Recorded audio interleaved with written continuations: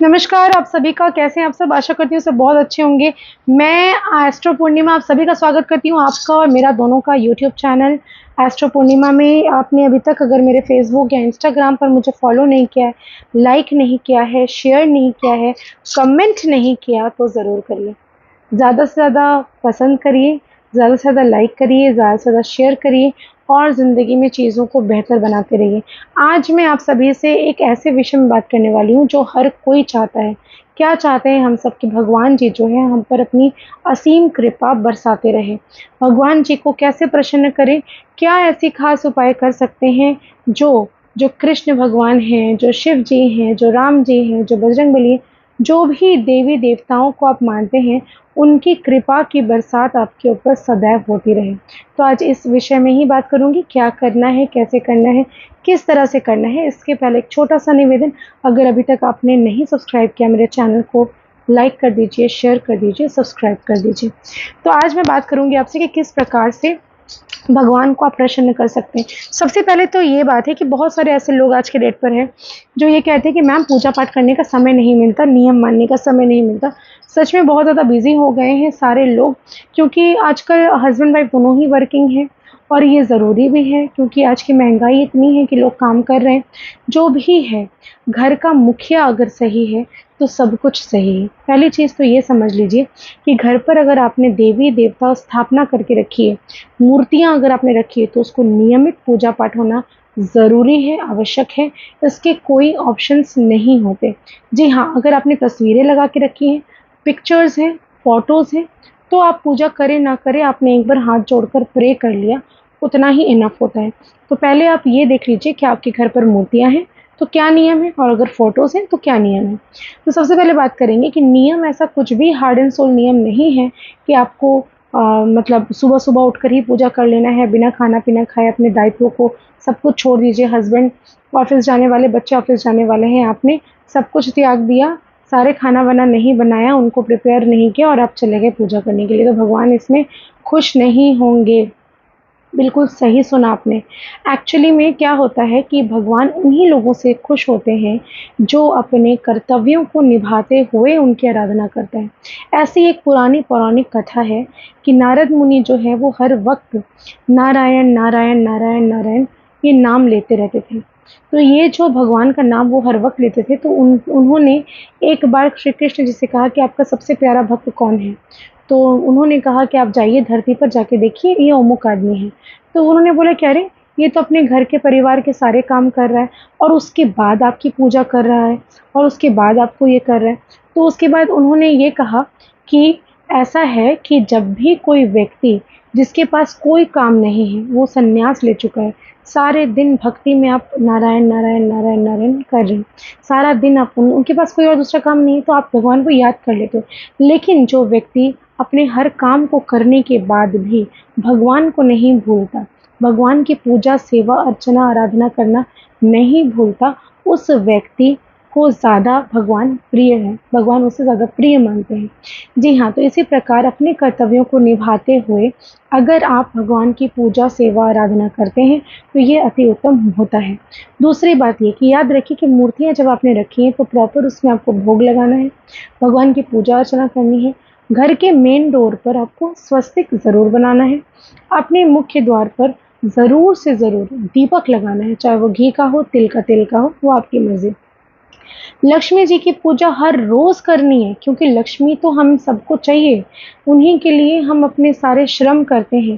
पेट भरने के लिए, अन्नपूर्णा के लिए भी लक्ष्मी ही आवश्यक होती है। बुद्धि के लिए माँ सरस्वती चाहिए क्योंकि लक्ष्मी आएगी ही सरस्वती जब आपसे प्रसन्न रहेंगी। तो ऐसी कुछ चीज़ें हैं जिनकी पूजा आराधना आपको हर रोज़ करनी चाहिए।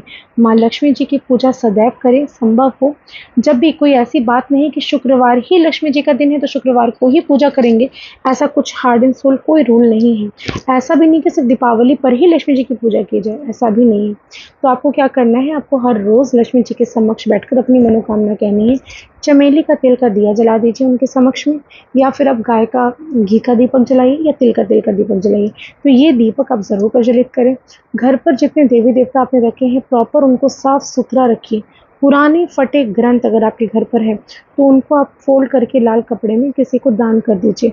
अगर आपको ऐसा लगता है कि ज़िंदगी में बहुत सारे परेशानी ऑब्स्टिकल्स आ रहे हैं तो गणेश जी को पुकारिए। गणेश पूजा आने वाली है, मैंने वीडियो बनाई है ऑलरेडी गणेश चतुर्थी के लिए, आप जाके उसको ज़रूर देखिए और गणेश चतुर्थी में ज़रूर आप जो काम जो उपाय बताए गए हैं वो कर लीजिए। ऐसा करने से भी आपकी ज़िंदगी में उन्नति होगी। तीसरी चीज़, बहुत ज़्यादा कर्ज है तो आपको हनुमान जी को समय समय पर चमेली का तेल और सिंदूर मिलाकर उनको अर्पित करना चाहिए, उनको लगाना चाहिए। ऐसा करने से हनुमान जी, बजरंगबली जी आपको मेंटल पीस देंगे।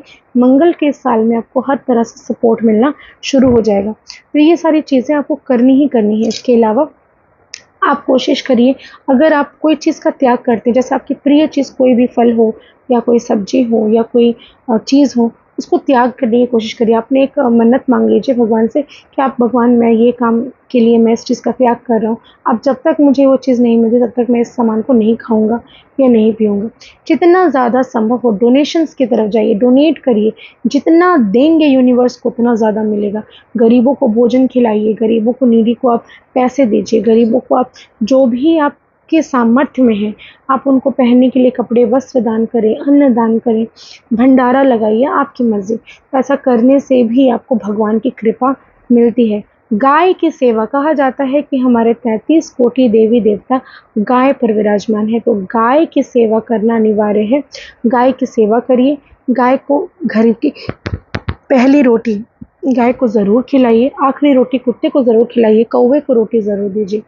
अगर आप इतना नहीं कर सकते, आप रोटी नहीं बनाते, आपको समय नहीं है, तो गाय को आलू खिला दीजिए, उसको खीरा खिला दीजिए, उसको कोई फल खिला दीजिए। पालन सब्जी, जो पालक साग होता है, आप पालक की सब्जी खिला दीजिए, पालक लाकर मार्केट से साग वगैरह लाकर खिला दीजिए, हरी वेजिटेबल्स लाकर खिलाइए, वो आपकी मर्ज़ी।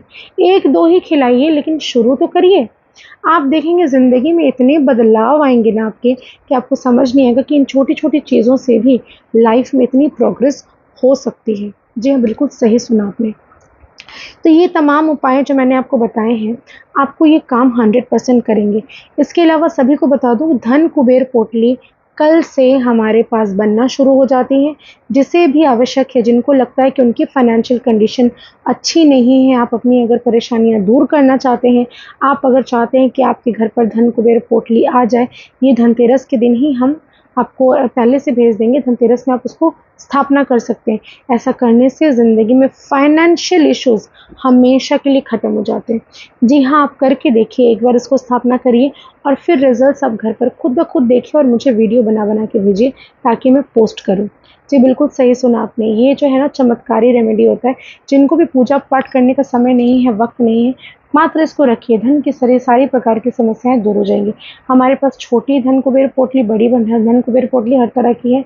प्राइस के लिए जो दिए गए नंबर है व्हाट्सएप पर आप मैसेज करके व्हाट्सएप में पूछ लीजिए क्या प्राइस है। आपके पिन कोड हम लेंगे, आपका नाम गोत्र लेंगे, आपकी इच्छाएँ पूछेंगे, उसके बाद उसको प्रिपेयर किया जाता है। आशा करती हूँ वीडियो पसंद आ रही होंगी। ज़्यादा से ज़्यादा लाइक करें, शेयर करें, कमेंट में हर हर महादेव लिखना ना भूलें। बहुत बहुत धन्यवाद।